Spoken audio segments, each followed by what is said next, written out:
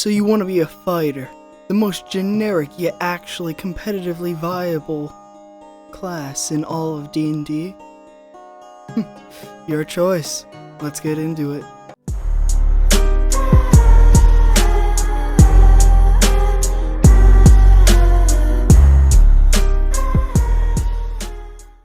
So, at the first level of a fighter, you choose your fighting style and you also get second wind. Your fighting style you can choose from archery, defense, dueling, great weapon fighting, protection, and two-weapon fighting.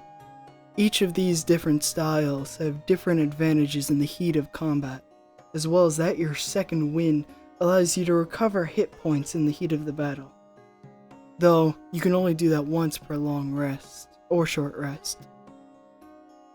At second level, you gain Action Surge. It allows you to push yourself beyond your normal limits, and gain extra action in combat. At third level, you gain your Martial Archetype. This is where things get a little more complicated, but a lot more interesting. The first archetype we'll go over is the Champion. They gain an improved critical at the third level once you choose the archetype. It allows you to score a critical hit on a 19 or a 20, which can help in a lot of situations. As well as that, at 7th level you gain Remarkable Athlete. At level 10, Additional Fighting Style, allowing you to pick another fighting style from the sheet. Superior Critical at level 15. This allows you to choose, well, not choose, but an 18 to a 20 counts as a critical.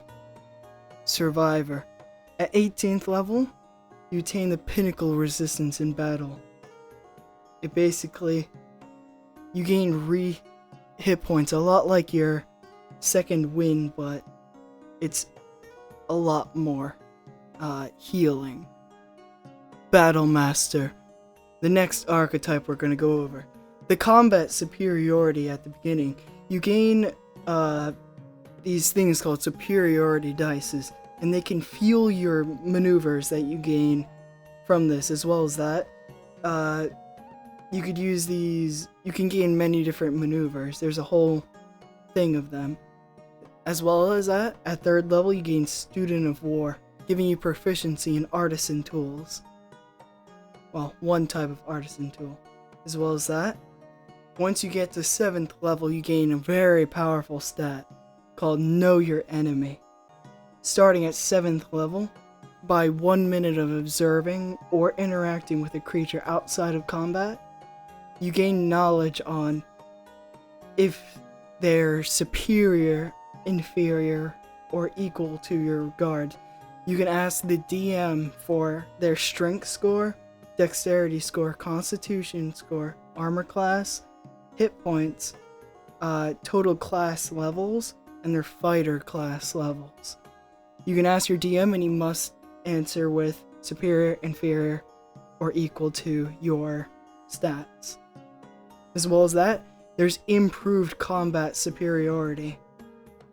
Your superiority dice turn into D10s, and at 18th level, they turn into D12s. You also gain Relentless at 15th level. Whenever you roll initiative and you have no superiority dice left, you gain more. Well, one more to be specific. Eldritch Master. Personally, my favorite subclass. It essentially allows you to use spellcasting, and the spells that you get to use are from the wizard spell list.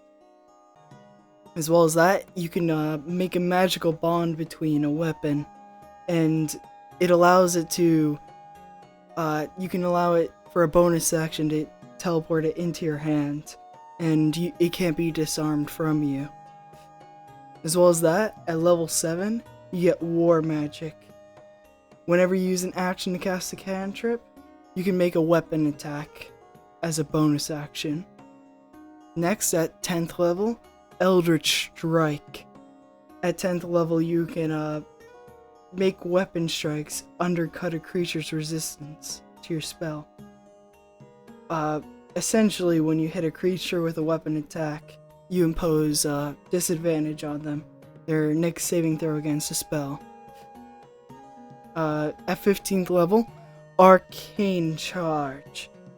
It allows you to teleport up to 30 feet into an unoccupied space. You can see when you use your action surge. You can teleport before or after the additional action.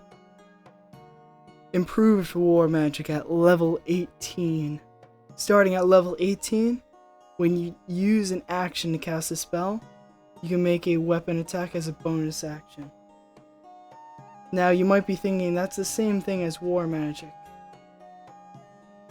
But, well, just know the difference because War Magic is a cantrip, when Improved War Magic is a spell, not just a cantrip.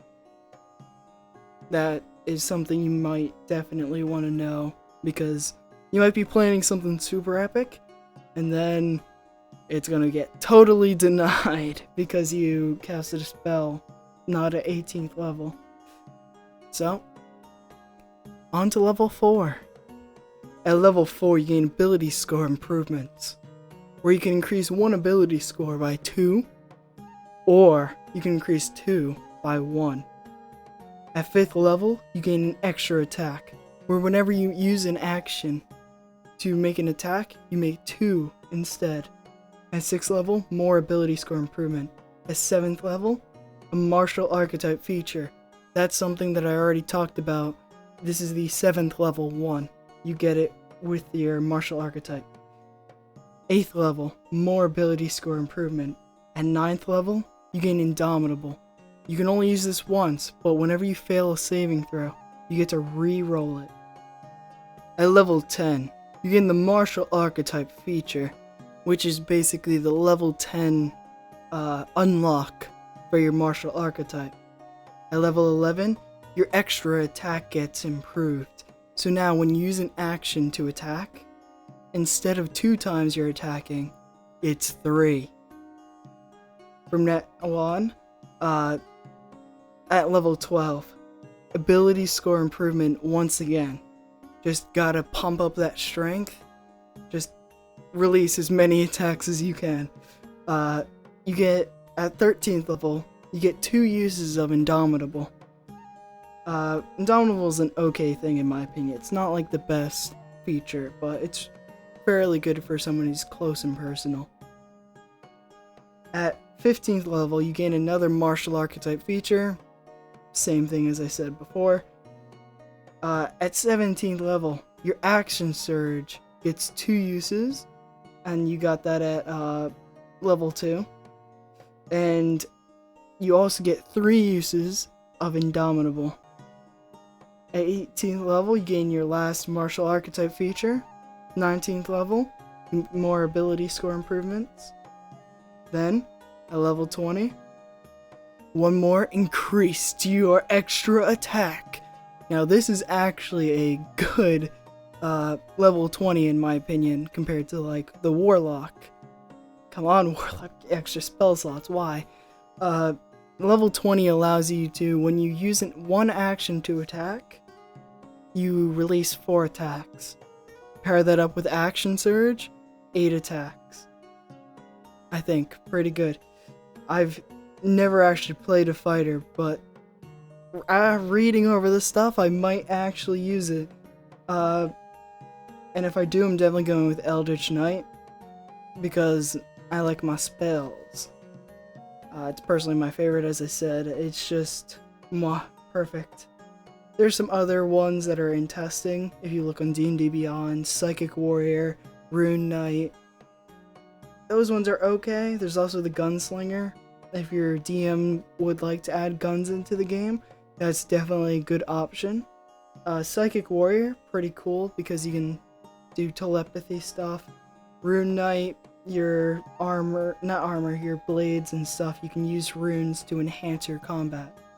But other than that, this is like the generic class that people go with, Human Fighter.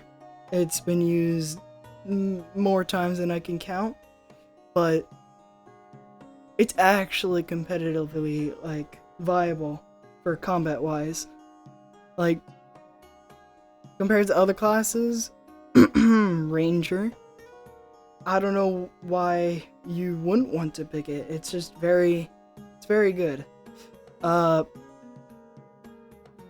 Yeah, and if you can do archery and stuff, I'm sorry, I really hate Ranger. It's basically a very good version of that. Ranger kind of just focuses on one thing, while this dude just chops down 4 times in one turn. But, sorry, that's enough of my personal opinion. If you're building a fighter as a level 1, definitely put strength and constitution as your highest stats. Because strength, a lot of weapons that you're going to be using add strength to that. And your constitution, just to get your level up higher. Not your level, your hit points up. To be a tank, because you're going to be up close and personal. Yeah. That's it for this video. The next one that's coming out will probably be in a couple days. Probably less. Yeah. I'm probably going to be doing the Sorcerer next. Somebody recommended that in my Discord. Alright. Catch you all later. Like, subscribe, hit that bell. See ya.